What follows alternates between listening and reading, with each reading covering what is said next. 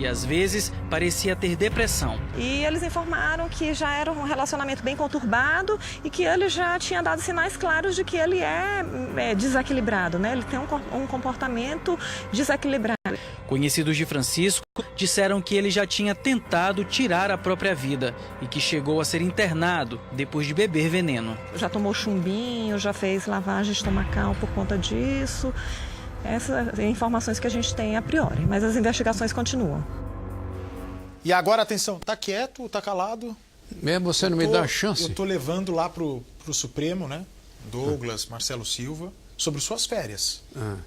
Não, eu não sei, eu tenho impressão. Um mês de férias você vai tirar? A direção aprovou. Disse que eu mereço. Eu não sei, olha. Eu mereço. Eu vou morrer de saudade. Você jamais terá coisa. um mês. Você não. Eu sim. Não tô tendo nem um dia, né, Percy?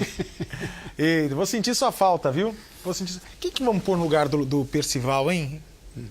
Eu não sei. Lombardi? É uma boa ideia.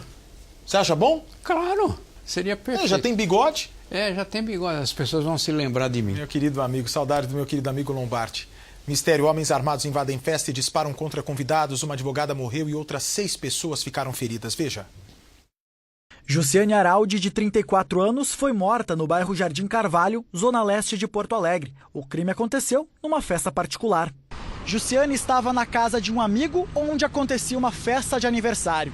Ela e o namorado foram até a rua para dar uma volta e foi nessa hora que os criminosos agiram. Um veículo, possivelmente um Golf de cor prata, teria passado pelo local acompanhado de uma moto. Os indivíduos teriam descido do veículo e efetuado vários disparos de arma de fogo em diversas pessoas e atingindo diversas pessoas, então, que estariam dentro de uma festa, dentro de uma social. Além de Jussiane, outras 6 pessoas também ficaram feridas com os disparos. Elas foram encaminhadas para o hospital com ferimentos leves. Segundo a delegada responsável pelo caso, 2 homens, vítimas dos criminosos, possuem antecedentes criminais, ambos por violência doméstica, e um deles também por ameaça e receptação. Por enquanto, nenhum suspeito foi identificado. E atenção, Brasil, olha esse vídeo, abre o áudio, é uma médica. Ela vai ser demitida, abre. Eu não estou falando com você, retardada. Falando com a sua mãe, você não falou que ela... Eu sou retardada? Ô, bocuda, chega, frisa, para. Parou. O que é isso? Vem pra mim, por favor. Xingou a neta de uma paciente? Falou, impressão minha, ela falou, sua retardada, é isso? Não, gente, não é possível. Não é possível. Onde foi isso? Zona Leste da onde? De São Paulo? Não. Regiane Ferreira. Põe desde o início, deixa eu ver como a médica tá atendendo o paciente. Vamos ver juntos o vídeo. Olha que boazinha. Mas não ficou lá a receita do médico? O que ficou? A médica, bem educada. Eu sou retardada? A senhora prova que eu sou retardada? Olha o servidor. Olha o servidor. Esse é o servidor público. Essa é a médica. Isso aí. Olha que boazinha. Mas não ficou lá a receita do médico? O que ficou? Eu não estou falando com você, retardada. Vem pra mim, por favor, olha. Isso é muito delicado por qual razão? A gente sabe que muitos médicos... Onde que é? O BS da onde? Essa menina está acompanhando o avô, que tem 83 anos, ele precisa do laudo para retirar o aparelho que mede a glicemia. Onde é que é isso, por favor? Vila Granada, aqui na Zona Leste de São Paulo. É claro que os nossos médicos trabalham sob uma pressão muito grande. Eu sou filho de médico, meu pai trabalhava em um hospital público, eu sei o quanto eles sofrem, não é? Porque o médico quer fazer o seu papel bem feito, mas não tem, às vezes, nem um insumo básico. Então eles ficam completamente transtornados, os médicos também. Isso é bom que seja dito. Agora, o médico também tem que saber discernir o problema dos culpados. O culpado é qualquer um, menos essa menina que foi ofendida. Veja só. Baixou a bola, agora não precisa mais mandar calar a boca, né? O paciente é avô da mulher que grava o vídeo. Ele tem 83 anos de idade, é diabético e passava por uma consulta para pegar um laudo da médica e conseguir retirar este aparelho, que mede a glicemia. O idoso estava com a esposa, de 88 anos. Na gravação, é ela que conversa com a doutora. A senhora não deu nada, nem a minha receita, nem para ele. Mas a neta intervém. A médica reage assim. Eu não estou falando com você, retardada. Eu estou falando com a sua mãe, você não falou que ela... Eu sou retardada? A senhora prova que eu sou retardada? Olha o servidor. Olha o servidor. Esse é o servidor público. Essa é a médica. Isso. Marcela, a neta, estava na consulta com o noivo. Os dois lembram de tudo o que aconteceu antes da gravação começar. Comecei a explicar para ela o porquê que a gente estava lá por conta da maquininha, que a maquininha ela não estava com defeito. As fitas antigas não eram mais fornecidas, então a gente precisava trocar pelo modelo novo. E assim pegar as fitas do modelo novo para poder aferir a diabetes. E a reação dela? E quando eu comecei a explicar isso, ela mandou eu calar a boca. Tirei o celular e comecei a gravar. E aí eu falei, a única arma que eu usei contra ela foi a ironia. Que eu realmente fui irônica. Eu falei, nossa, que boazinha. A médica é Regiane Ferreira Perrenulde. E a consulta foi na UBS Vila Granada, que fica na Zona Leste e é administrada pela Prefeitura de São Paulo. A Secretaria Municipal de Saúde informou que assim que recebeu a denúncia, demitiu a médica aqui da UBS. As autoridades também determinaram a abertura de uma investigação interna. A secretaria reprova a atitude da doutora Regiane e garante que todos os profissionais são treinados para atender com educação, cuidado e respeito. Marcela registrou boletim de ocorrência por injúria e vai formalizar uma denúncia no CREMESP, o Conselho Regional de Medicina. Se ela tratou a gente assim, os meus avós com essa maneira ríspida e a gente assim dessa maneira, com todo mundo na sala, imagina o que ela não faz com um idoso, só ela e o idoso na sala, sem ninguém acompanhando. Eu não estou falando com você, retardada. Tá completamente errada essa médica. Agora, já passou da hora do nosso governo ter mais respeito com os médicos, hein? Que os nossos médicos passam, todo esse perrengue que a população passa para ser atendida em um hospital, é o perrengue que os médicos também passam. Salários cada vez mais achatados, falta de estrutura para trabalhar e ainda tem que responder por um monte de processo de erro médico que na maioria das vezes eles nem têm culpa. Que o paciente chega, está quase morrendo, não tem um remédio para ressuscitar o paciente. Que tristeza. Às vezes eu fico achando que meu pai morreu disso, viu? Que dá desgosto para um médico trabalhar nesse país. De tão maltratado que a categoria é. Dá imagem, por favor. É circuito de segurança. Enche a tela, por favor. Ladrão invade prédio, rouba 2 bicicletas. No ar pro Brasil. O relógio marca quase 1h da madrugada. O ladrão aparece no hall de entrada do prédio. Ele está de camiseta, bermuda, chinelos e usa um boné. Anda com tranquilidade e vai direto para a garagem do edifício. As luzes acendem e ele segue em direção às bicicletas que estão penduradas em uma parede. Primeiro, pega uma bicicleta infantil, a olha e a leva para a parte externa do prédio, onde outra pessoa provavelmente esperava por ele. Ele volta e retira uma bicicleta maior, mas fica em dúvida. Há outras na parede e ele não sabe qual levar. A escolha é feita com cuidado. O ladrão observa os detalhes como quem faz uma compra. Decidido, vai embora com a mesma que pegou e passa pela portaria sem chamar a atenção dos moradores. A câmera mostra claramente o rosto dele. Ele passou várias vezes pela câmera, porque tem câmera no prédio inteiro, e realmente parece que ele não se importou com isso. Mas quem achou que o tal ladrão estava satisfeito com as 2 bicicletas, se enganou. Na madrugada seguinte, ele retornou. Dessa vez, aparece entrando no prédio decidido e vai direto para o estacionamento. Atrás dele, uma mulher também é flagrada pela câmera de segurança. Já na garagem, o criminoso vai até a parede, pega a bicicleta que não conseguiu levar na madrugada anterior e segue para a portaria. Mas dessa vez, ele não volta para pegar a outra bike. A ação é descoberta. Na madrugada da segunda invasão, o morador do primeiro andar do prédio acordou com o barulho da movimentação dos criminosos aqui do lado de fora. Ele olhou pela janela e viu uma mulher na calçada. Ela dava cobertura para o comparsa. Enquanto isso, o ladrão saía por este corredor levando uma das bicicletas. O morador gritou com eles e os dois fugiram apressados, correndo nesta direção. Quando eu gritei, na verdade eu falei, ladrão. Ela saiu correndo e ele também saiu correndo. Levando a bicicleta? Levando a bicicleta. Já desceu a rua, saindo muito rápido. Para entrar no prédio, o criminoso arrombou 2 portas. Antes, ele teve o cuidado de quebrar a câmera que vigiava a entrada. Deixou prejuízo para os donos das bicicletas furtadas e para o condomínio, que agora vai reforçar a segurança. Eita, eita, que a polícia tá animada! Abre o áudio pro Brasil! Polícia! Polícia! Eita, polícia boa de trabalho, sou!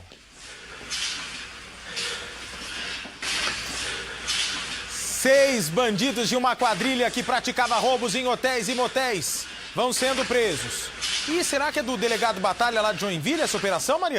Ah, meu querido amigo Batalha, bom trabalho aí, hein, Batalha? Provo de Joinville tá bem protegido que esse delegado é bom. Os criminosos eram agressivos durante os assaltos, tocavam terror. Vai, olha lá o cara. Polícia! Polícia! Solta o ligeiro da notícia, solta! Os suspeitos que invadem o hotel não se preocupam em esconder o rosto. A frieza e a segurança na ação revela a experiência no crime. Segundo a polícia, a quadrilha é especialista em assaltar hotéis e motéis de luxo na região. Com as vítimas, eles eram violentos. Eles eram extremamente agressivos, eles amarravam os funcionários dos hotéis e levavam todos para uma sala e agrediam os funcionários. Polícia! Polícia! Levanta a mão! Levanta a mão! A impunidade chegou ao fim após 3 meses de investigação. 5 pessoas foram presas em Joinville e uma na cidade de Xereder com o apoio dos policiais da Divisão de Investigação Criminal de Jaraguá do Sul. Os suspeitos têm entre 20 e 30 anos de idade e passagens por roubo e tráfico de drogas. Segundo a polícia, um dos presos era inclusive funcionário de um dos hotéis assaltados. A investigação, que foi coordenada pela DIC de Joinville, começou em janeiro de 2018, depois que um hotel de luxo que pertence a uma rede internacional foi assaltado. O alvo foi o cofre do local. A quantia levada não foi informada. Além das prisões, 12 mandados de busca e apreensão foram cumpridos. Com eles foram encontrados 1 quilo de crack, porções de maconha, R$5 mil em dinheiro e uma arma de fogo falsa. Muito obrigado você que está chegando agora aqui no nosso Cidade Alerta pela grande audiência. E ó, quarta-feira o Mar Vermelho vai abrir, viu? Moisés está conduzindo o povo para libertar. Podem mudar horário, podem fazer o que quiser lá na concorrência, que aqui, meu amigo, tá todo mundo na Record. Pode pôr para lá, pode pôr para cá. O povo tá na Record. Quarta-feira o Mar Vermelho vai abrir. Vai se abrir, vai se abrir. É um momento histórico para o povo hebreu. E você vai sair de férias, da escravidão. Né? Não, mas eu vou ver na Record Internacional. Vai, me dá a imagem deles. Eles assaltaram e foram comemorar num baile funk. Pena que a polícia, aliás, pena nada. Que sorte que a polícia foi mais rápida. 14, 16, 17 e 18 anos. Essas são as idades dos 4 bandidos. O maior ficou ferido porque, durante a fuga, tentou pular as grades do estacionamento de um shopping. Aliás, o estrago que eles provocaram por aqui foi bem grande. Os criminosos roubaram essa caminhonete na zona norte da cidade. Um casal foi vítima do bando.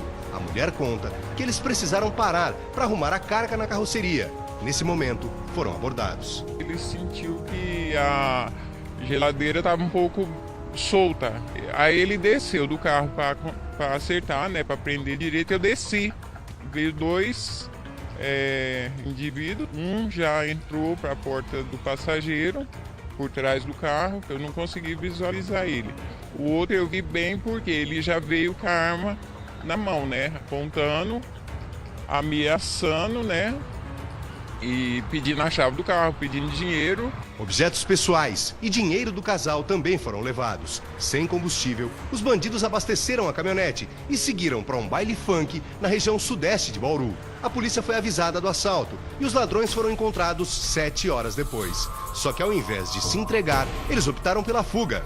Durante a perseguição pelo centro da cidade, o motorista se confundiu nesta rua, ao lado de um shopping. Como não conseguiu invadir o estacionamento, ele deu marcha ré. Voltar também não dava, porque as viaturas estavam chegando.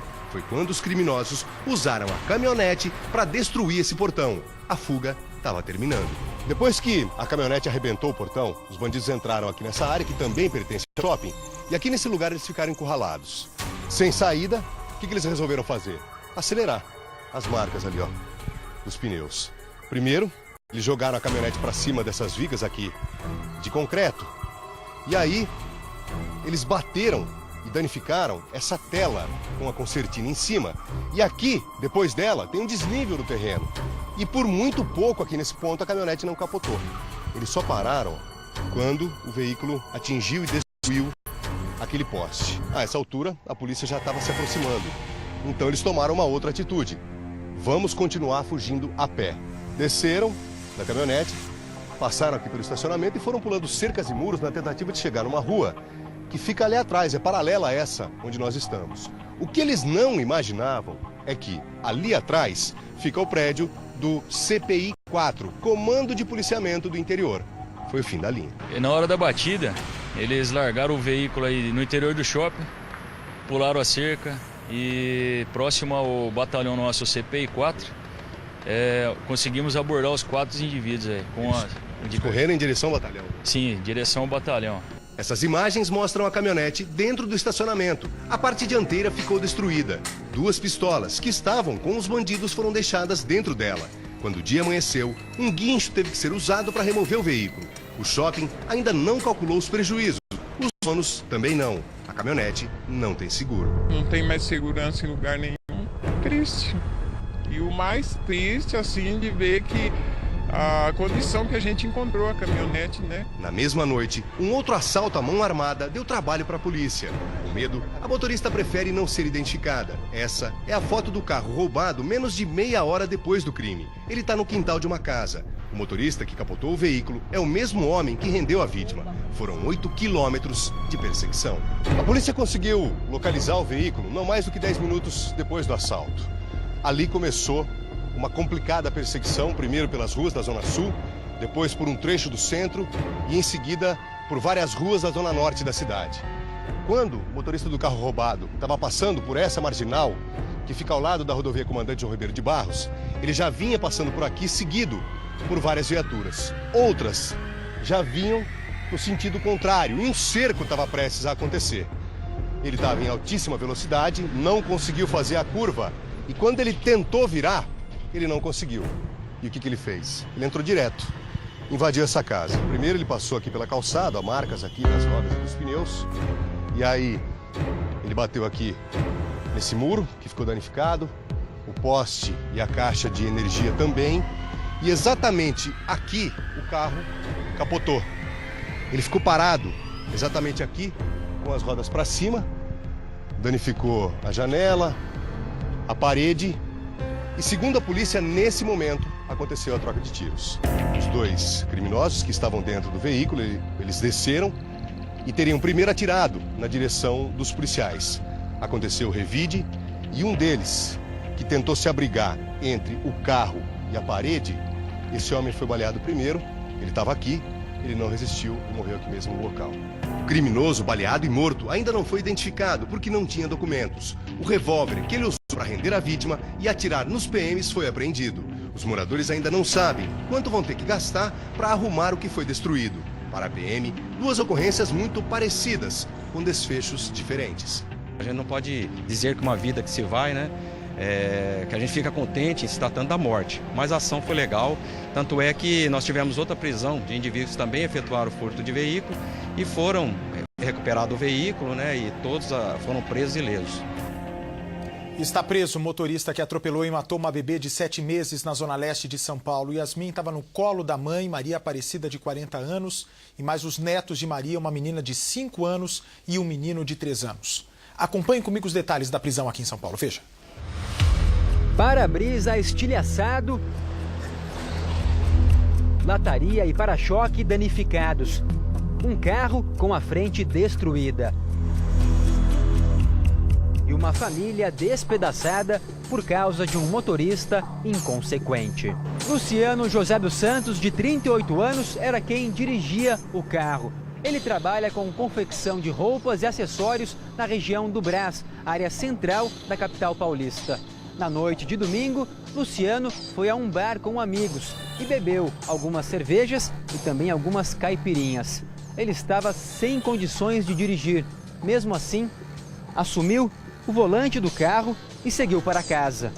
Não sabia a tragédia que estava prestes a cometer. O acidente aconteceu em uma rua do bairro Itaim Paulista, na zona leste de São Paulo. No caminho, Luciano perdeu o controle da direção e invadiu a calçada onde passava uma família. Maria Aparecida, de 40 anos, estava acompanhada dos 2 netos, uma menina de 5 e um menino de 3, e carregava no colo um bebê, a filha de apenas 7 meses. O carro chegou rápido e todos foram atropelados. Yasmin Vitória dos Santos não resistiu aos ferimentos e morreu no local. Ela não se recorda do acidente, apenas que estava na calçada caminhando, e o que ela recorda é que sabe que ela acordou no hospital, não soube precisar maiores detalhes, se ele veio por trás ou não. Ela não se recorda, ela simplesmente afirma que estava caminhando pela calçada e o carro invadiu a calçada e veio atingir ela e as crianças. Né? A mãe de Yasmin e os netos ficaram feridos e foram levados para o hospital. Depois do atropelamento, o motorista foi agredido por populares que testemunharam o acidente e que também atacaram o carro. A polícia foi chamada e Luciano levado para esta delegacia. Em depoimento à polícia, Luciano admitiu que havia bebido antes de dirigir e o teste do bafômetro confirmou. O resultado mostrou que ele havia ingerido uma quantidade de álcool 3 vezes maior do que o limite permitido por lei. Dentro da delegacia, o motorista estava bastante alterado por causa da bebida.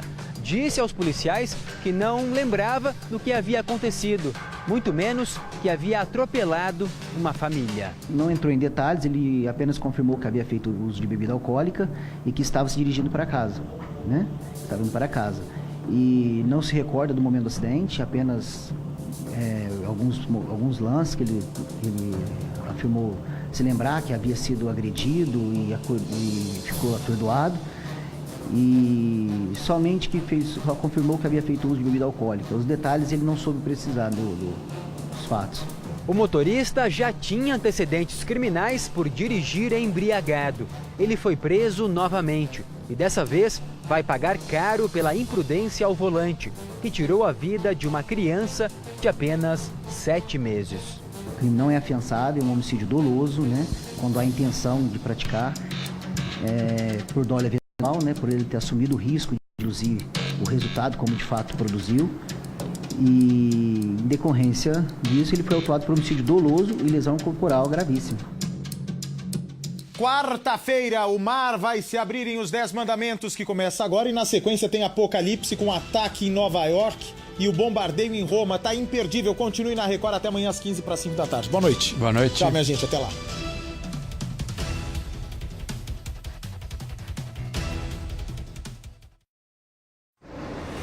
Simut.